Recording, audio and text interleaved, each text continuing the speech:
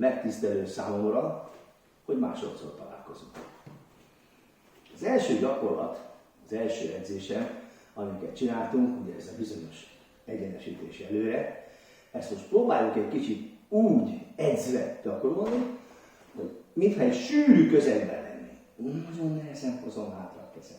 Nagyon nehezen nyomom előre. Nagyon tónusba, nagyon tónusba.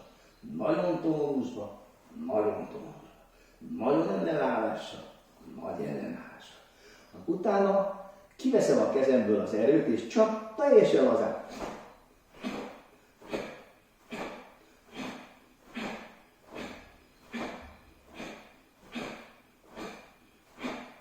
Ezáltal az izmok át lesznek dolgozva. Ugyanezt lehet váltott kézzel csinálni.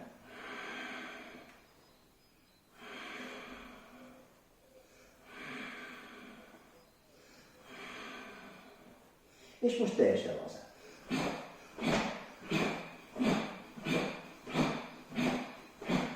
Ezáltal az izmokat átdolgozzuk, az izületeket felerősítjük. Ugyanezzel a módszerrel lehet a védekezést, ágyuke, szotóke, kutyuke, gedambaráj gyakorlatokat végezni. És térjünk át a második részre, a második tréningre. Itt ugye még a karatéban 3 rúgásforma az, ami fontos, a maigeri, tehát az előrerúgás, a yokogeri kage, az oldalra kicsapódó rúgás, és a yokogeri kekkomi, az oldalra ki nyomódó rúgás. Na most ehhez azért egy kicsit a lábunkat be kell torráztatni. A legfontosabb az, hogy párhuzamosan megállok, és egy úgynevezett gugolást csinálok, úgyhogy ne emelem fel a sarkam. Egy pár gugolás.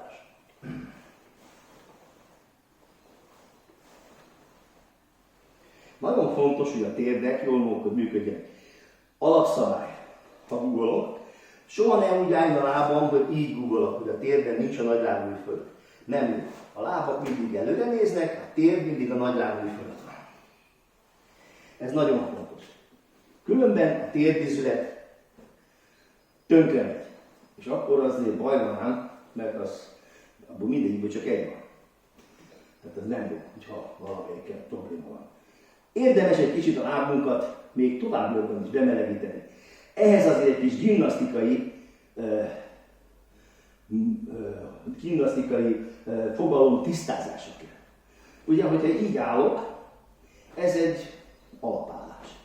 Ha ennél szélebb rakom a lábam, akármennyire, annak még úgy nincs neve, csak szét van téve a lábam, de abban a pillanatban, ahogy elérem azt a pontot, hogy a köldöklukamtól a láb külső éléig a távolság annyi, mint a két láb között, akkor ez egy egyenlő oldalú háromszögnek hívjuk, és innentől fogva beszélünk terpeszről. Mindaddig számít a terpesz, ameddig rakon széjjel a lábam, és a két lábam közötti szög, az 90 fok, a két boka pedig 45 fokot zár be. Ezt úgy hívjuk, hogy egyenlő szárú háromszög. Tehát addig terpeszről beszélünk. Ha még jobban szétrakja valaki lábát, azt már angol spárgának hívjuk. Tehát most itt szétrakjuk ide a lábunkat, és egy kicsikét behagyjuk most a térdünket. Majd egy picit kezünkkel segítve, hogy ne hirtelen történnek a dolgok, bele ereszkedünk a jobb lábunkba. A kezünk a földön. Majd egy kicsit befordulunk, hogy a csípőnket egy kicsit beemítjük. Óvatosan levegyünk, és a sarkunkon. Az a talp a földön van. Átfordulunk, és egy kicsikét megnyújtjuk ezt a részt is. Ugyanígy a másik lábat is. Kicsit belemegyünk, kezünkkel a földön, az első lábél. Most a sarkunkra ereszkedünk. Majd az új párákra. És följövünk egy kis csípőkörzés, térkörzés. Ez egy kicsit az izületeket bemelegíti, kilazítja. Nyilvánvaló, hogy a fiatalok azok simán kell, hogy ez menjen, a kész földre tétele nélkül. Nekünk, akik idősebbek vagyunk, nekünk is megy, de jobb vigyázni, nehogy meghúzzuk magunkat. Fölöslegességről is minek okozzunk magunknak. És akkor nézzük először a dacsikat, az alapállásokat. Ugye már az előbb beálltam egy ilyen állásban, ennek a neve lovas állás, azaz kivadacsi. A lovas állásnak az a lényege, hogy mind a két lábamon 50-50% van. Tehát egy szimmetrikus állás. Ha elfordulok balra a sarkaimon, ez egy úgynevezett támadó állás, azaz Zenkucu dachi. Mind a két oldalra természetesen lehet gyakorolni. Újra visszállok kivadacsiba, és jön egy úgynevezett védekező állás, Kofukucu dachi. Ott a hátsó lábamon van a súly, 70%-a, az elsőn a 30%. Majd a lábújhegyeken fordulva áthelyezem a másik oldalra. És visszafordulok. És fölállok. Kis csípőkörzés. Eleinte csak így a lábakat kell gyakoroltatni, hogy szép lassan megszokja a boka, a térd és a medence egyes csontjai, hogy ezeket így kell mozgatni. Ezek után lehet foglalkozni egy kicsit a rúgásokkal. Mint mondtam, a májimeni. Számolásonként csináljuk. 1, 2, 3. 1, 2, 3. 1, 2, 3. 1, 2, 3. Egy számolásra. 1, 2, 3. Már is megy. Nézzük az oldalrúgást. Az oldalrúgásra is először keágé, jogogeri keágé, kicsapoló rúgás, egy kicsit bemelegítünk, mint hogyha kört írnánk le a lábunkkal. Kört. Kört. Kört. Majd emelve a térnünket, kicsapódik a láb.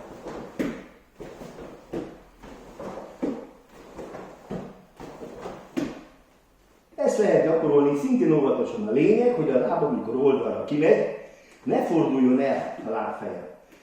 A lábfej külső része vízszintes a becsapódáshoz.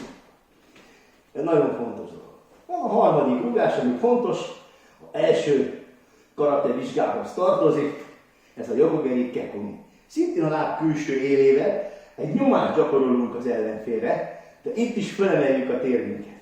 És a csípőnkkel irányítva kinyomjuk a lábunkat. Kinyomjuk a lábunkat. Kinyomjuk a lábunkat. Ez egy nehezebb rúgás. A lényeg, hogy a térnek ki kell feszülni. Ez egy fontos dolog. Ezzel a rúgások után pihenésképpen egy nyitott kezes kézérvédés a következő gyakorlat. Úgy mondjuk, hogy suto-uke, kézérvédés. Ezt is számolásonként. 1, 2, 1, 2, 1, 2, 1, 2. Másik oldalra. 1, 2, 1, 2, 1, 2, 1, 2. Vagy folyamatosan. 1, 2, 3, 4, 5, 6, 7, 8. Ez a gyakorlat, ha ezt már meg tudjuk csinálni, akkor összeszámolva az előző edzés, meg ezen az edzésnek gyakorlatokat, hirtelen az első vizsgaanyagát meg tudjuk csinálni. A karate, a Shotokan karate első vizsgaanyaga ezekből a gyakorlatokból áll. Oizuki Chūdan, Oizuki Jōdan, Age-uke, Soto-uke, Gedanbari, Uchi-uke, Shuto-uke, Maigeri, Kyage, Kekumi, és ez a 3 dachi. Ezeket kell gyakorolni. Tehát ezt nem elég megcsinálni így most, ahogy mondtam, 6-szor, 8-szor, 10-szer, ezt minden nap kell gyakorolni, és akkor 2-3 hónap múlva már a testünk nagyjából úgy fog mozogni, ahogy annak mozogni kell. És áttornázzuk az egész testünket ezáltal. A következő edzésen a dacsikban, az állásokban levő kéztechnikákat fogom mutatni, ugye össze kell ezeket kapcsolni, és még most zárásképpen 2 dolog. Az egyik, hogy a karatéban az ökölbe kéz, hogyan tesszük a kezünket ökölbe. Mutatom. Összezárjuk a 4 ujjunkat, ezt kifeszítjük.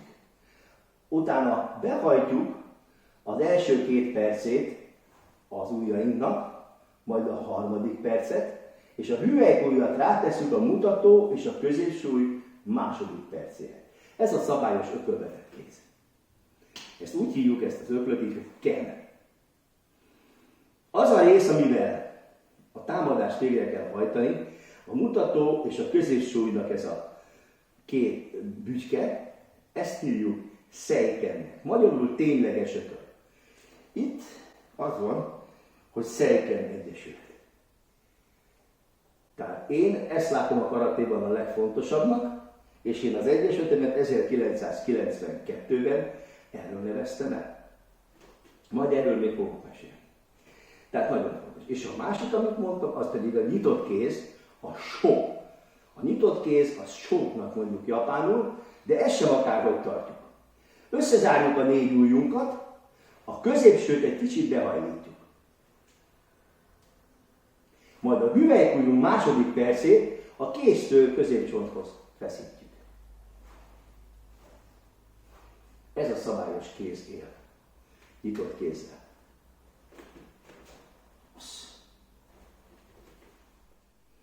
Ha valakinek az edzések gyakorlásában elakadás történik, vagy fölmerül valami kérdés, akkor a www.seiken.hu nevezetű honlapon rajta van az én telefonszámom, e-mail címem, fel lehet hívni, meg lehet keresni, és akkor én nagyon szívesen segítek, útbaigazítom azt, aki érdeklődik. Minden további.